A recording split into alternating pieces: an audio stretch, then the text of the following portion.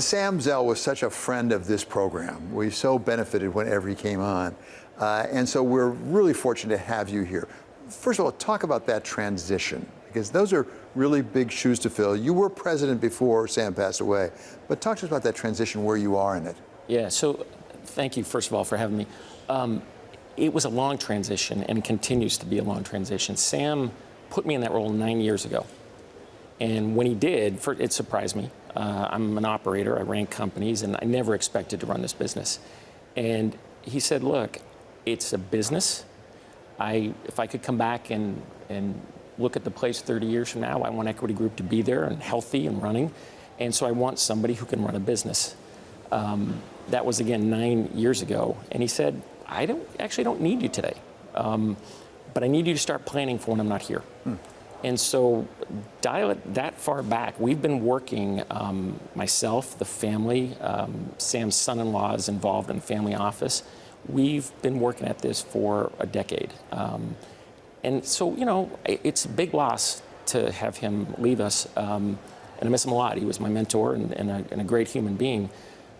But we've all been in the roles for years, right? So this isn't a, wow, Sam's gone, now what do we do? He was really good at not just letting us practice, but actually run the business. And he slowly kept stepping back year after year.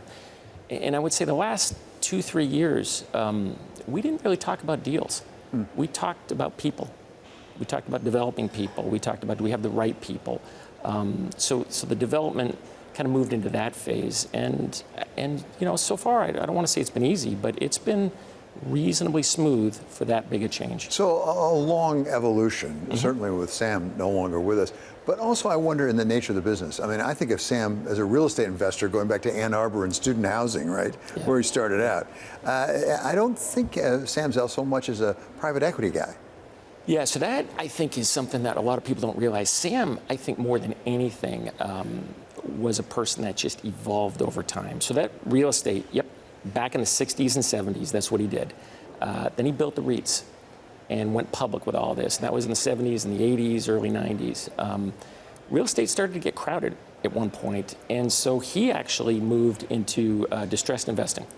So he was doing good company, bad balance sheet type stuff back before the phrase existed, back in the late 80s, early 90s.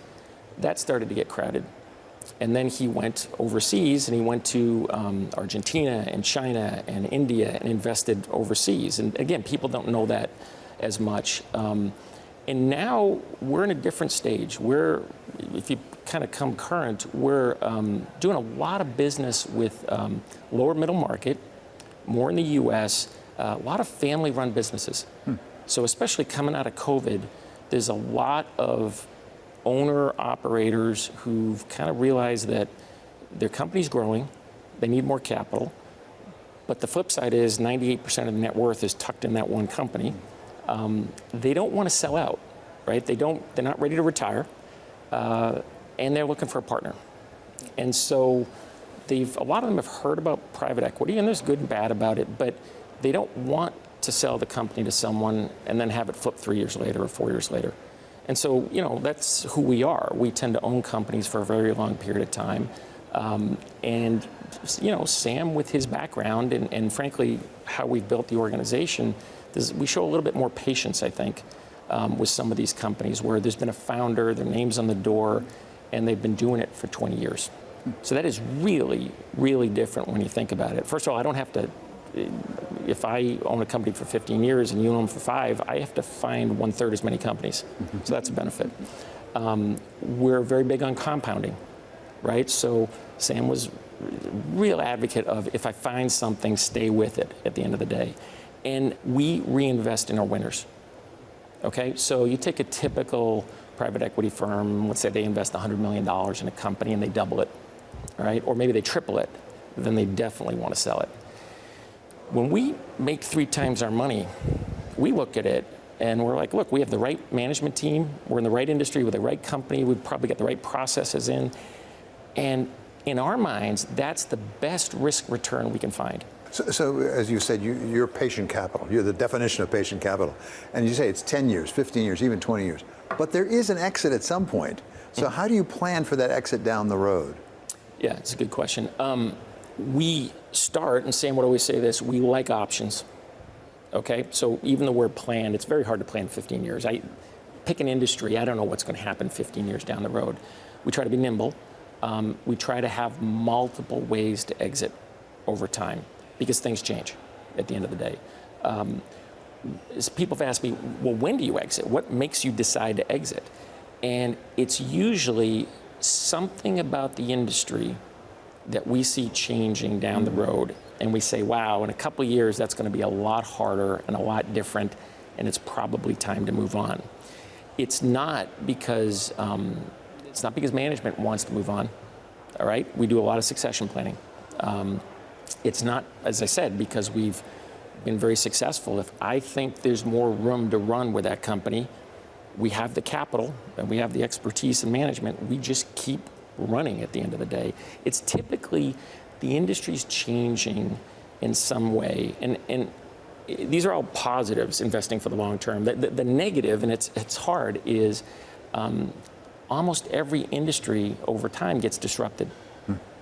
And you have to watch for that. Like, what we're not doing is buying an office building and just letting it sit there for 20 years. That's not when we talk about long-term investing. We're taking companies and we're building them and growing them over time.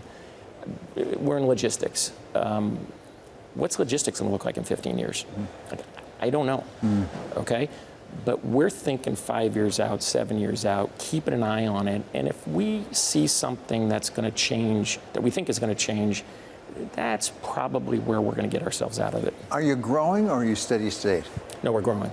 We're growing. We've had a good few years, for sure. And for the reasons I just described, right? That not everything's worked, right? We're not miracle workers, but this approach, and it's not me doing it, it's me using Sam's principles and using the capital that's provided, right? If I just started my own firm and raised my own capital, I would probably do it the way most private equity firms do.